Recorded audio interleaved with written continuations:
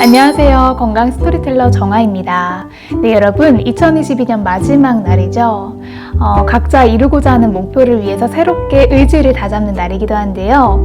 최근 리서치 컴퍼니의 설문조사에 따르면 새해 결심을 한 사람의 35%는 자신의 모든 목표를 지키고 또 50%는 결심의 일부를 지킨다고 합니다. 자, 그런데 대부분이 결심을 지키지 못했더라도 적어도 삶의 긍정적인 변화를 만들었다고 하는데요. 자, 작심삼일에 그칠지언정 일단 뭐든 해보는 게 중요한 것 같습니다.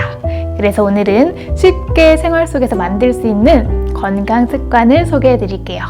자, 제목에서 보신 것처럼 남성분들도 마찬가지지만 특히 여성계의 암을 일으키는 나쁜 생활 습관에 대해 알아볼 건데요. 자, 오늘 영상을 보신 뒤로 내일부터는 이 습관들 내 삶에서 배제시키거나 혹은 대체하셔서 건강한 삶에 한 발짝 더 다가가셨으면 좋겠습니다. 자, 요즘은 나이가 젊은 암 환우님들이 많이 계십니다. 의학기술은 계속 발달하는데 암 환자 발생은 왜 점점 늘어날까요? 가끔 주변 여성 환우님들 중에 가족력도 없고 출산도 건강하게 잘하셨고요. 평소에 문제없이 생활했다고 생각했는데 갑작스럽게 호르몬 계열의 암을 겪는 분들이 계십니다. 물론 이런 암의 발생 이유야 너무 다양하고 또 정확히 밝혀진 건 없지만 확실한 건 현대 사회에는 생활을 편리하고 윤택하게 하기 위해서 많은 화학 제품들이 사용되고 있다는 건데요. 자, 이 화학 제품들이 우리 몸에 어떤 영향을 일으키는 걸까요? 네, 오늘의 내용은 여유만만, 여성들의 유해 물질 없는 만점 환경 만들기라는 자료를 참고해서 소개해 드립니다. 자, 참고한 자료에 따르면 보통 아침에 일어나서 커피 한 잔을 마시고 또 얼굴과 몸에 바르는 제품은 로션, 샴푸와 같이 한 12가지 정도의 제품을 쓰고요. 이 소개된 화학물질은 무려 126가지나 된다고 합니다. 이런 화학물질이 몸속에 들어오면 남성에게도 당연히 안 좋고요. 또 여성은 생리적으로 이런 화학물질이 몸속에 들어와서 마치 호르몬처럼 작용을 하기 때문에 더 영향을 받을 수밖에 없는데요. 자, 이런 유해물질들은 자궁질환, 또 불임, 생리통과 같은 생식기 관련 건강 문제를 일으키고 중금속 휘발성 유기화합물과 같은 물질의 노출은 유방암, 또 난소암과 같이 세포 대사에 손상을 줘서 일으키기도 합니다. 실제 생리통이 심한 여성이 한 달 동안 플라스틱 용기를 일체 사용하지 않았더니 실험에 참가한 전원 모두가 생리통이 사라진 놀라운 실험 결과도 있었죠. 저도 한 3년 정도 전부터 제로 플라스틱을 하고 난 뒤에 이 생리통이 정말 많이 줄어들기도 했는데요. 자, 그만큼 환경 호르몬이 여성의 건강에 확실한 영향을 끼치는 것 같습니다. 자, 그런데 이런 환경 호르몬이요, 입으로 무언가를 먹었을 때만 나타나는 건 아니고요. 피부를 통해 호흡기를 통해 들어오기도 하거든요. 우리가 많이 생활하는 우리 집안 어떤 공간에서 어떤 경로로 이런 환경 호르몬에 노출되는지 한번 보겠습니다. 우선 주부님들이 가장 많이 계실 주방의 환경 호르몬부터 살펴보겠습니다. 주방에서 나올 수 있는 화학물질은 프라이팬이나 냄비에 이 음식이 들러붙지 않게 하는 코팅제, 그리고 딱딱한 플라스틱을 부드럽게 만들어주는 프탈레이트, 예를 들면 일회용 랩도 여기에 포함이 되어 있고요. 그리고 캔통조림, 플라스틱에 쓰이는 비스페놀 A, 자, 이런 것들이 있습니다. 이 유해물질들을 피할 수 있는 예방 수칙은 사실 굉장히 쉬운데요. 자, 프라이팬 같은 거 쓰실 때 스테인리스나 무쇠 재질로 사용하시는 게 좋고요. 플라스틱 코팅 재질의 이 주방 기구들도 유리, 또 도자기 이런 재질로 바꿔서 사용하시는 것이 좋습니다. 그리고 우리가 많이 쓰는 밀폐 용기, 일명 락앤락이라고도 보통 부르죠. 자, 이런 것들도 플라스틱보다는 유리 제품을 선택하시는 게 좋습니다. 또 캔 참치, 이 캔류에 들어있는 햄 같은 건 당연히 드시지 않는 게 좋고요.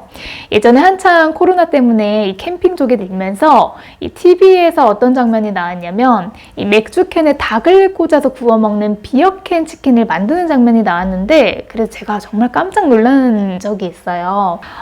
이 캔이랑 플라스틱은 높은 온도에 가열하면 환경 호르몬이 엄청나게 나옵니다. 절대 하시면 안 되는 레시피고요. 자, 마찬가지 뜨거운 국에 이 플라스틱 국자를 사용하시는 것도 안 되시겠죠. 네, 이런 습관, 작은 습관들은 꼭 고치시는 게 좋습니다. 그리고 또 부엌에서 조리하실 때 나올 수 있는 일산화탄소, 이산화질소가 우리 방 안에 공기를 채우지 않도록 환기를 자주 해주시고, 가스레인지 사용하실 때에는 그 위에 있는 후드를 늘 틀고 요리하시는 거, 이런 습관도 지켜주시는 게 좋겠습니다. 네, 그 다음 욕실로 한번 가보겠습니다. 자, 욕실, 세탁실에도 유해 화학 물질이 많이 노출이 되어 있는데요. 아까 말씀드린 플라스틱을 부드럽게 하는 가소제로 쓰이는 프탈레이트, 또 다이옥신, 또 트리클로산, 또 세제에 들어있는 알킬페놀류 등이 있는데, 코로나 때문인지 손소독제 사용도 많이 늘었고, 또 손소독제를 비롯해서 우리가 사용하는 여러 세제 같은 제품들 표면에 항균이라는 문구가 예전보다 더 많이 보이는 것 같습니다. 그런데 과학자들은요, 이런 손소독제가 임산부의 소변, 또 신생아의 제대혈, 또 수유하는 산모의 모유에까지 트리클로산이라는 화학물질이 들어있다고 경고합니다. 이 외에도 구강세정제, 세척제, 세제 같은 것에도 이 물질들이 쓰이는데, 앞으로 이런 세제들 구매하실 때 이 제품은 강하게 살균합니다. 혹은 항균 제품입니다.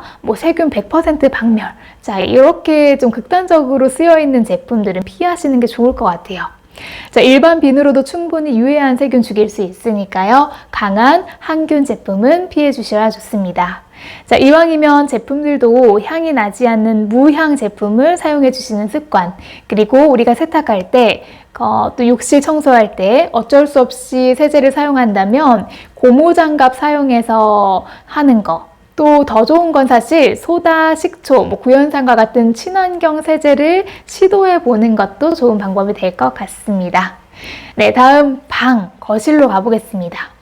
사실 내가 우리 집을 소재부터 선택해서 짓는다면 모르지만 보통은 집의 바닥, 벽 소재 골라가면서 살 수는 없잖아요. 완벽히 유해물질 없는 삶을 살긴 어렵지만 몇 가지 환경 호르몬을 피할 수 있는 방법은 누구나 실천하실 수가 있습니다. 자료에 보면 새로 지어진 집의 경우에는 이런 유해물질들이 굉장히 많이 방출된다고 소개되어 있는데요. 네, 우선 새 집은 피하시는 게 사실 가장 좋긴 하죠.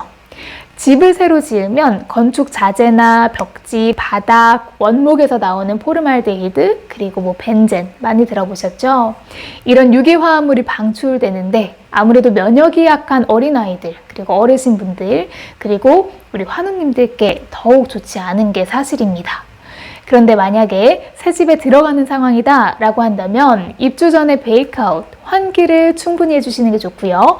자, 베이크아웃은 37도에서 39도 정도로 난방기를 뜨끈하게 돌려서 한 5시간 정도 데운 다음에 환기시키는 방법이죠.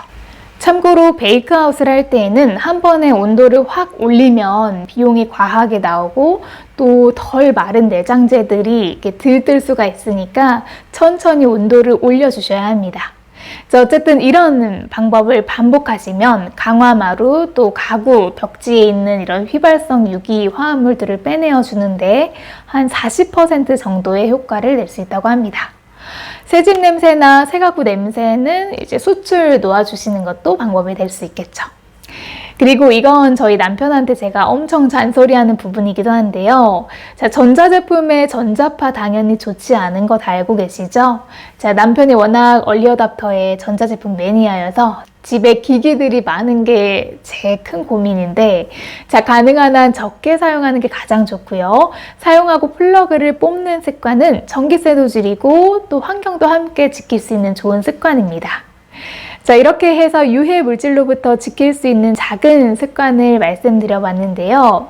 자, 여러분, 심리학에서는 어떤 것이 습관으로 자리 잡기 위해서는 21일을 반복하면 된다고 합니다. 생물학적으로 뇌에 새로운 습관을 만들려면 어른의 경우 보통 14일에서 21일 정도의 기간이 필요하기 때문이라고 하는데요. 자, 오늘 별로 어렵지 않은 습관들 몇 가지만 말씀드렸는데 사실 작은 습관들이 생각보다 우리 몸에 커다란 영향을 주기도 합니다. 자, 내년에는 작은 습관으로 커다란 건강이라는 가치를 잘 지켜주셨으면 좋겠습니다. 올해도 여러분들 모두 너무 많이 애쓰셨고요. 내년에 많은 분들이 건강에 한 걸음 더 다가갈 수 있도록 저희도 유익한 내용으로 찾아뵙도록 하겠습니다. 이번 연도 잘 마무리하시고요. 행복하고 건강한 하루 보내셨으면 좋겠습니다. 시청해주셔서 감사합니다.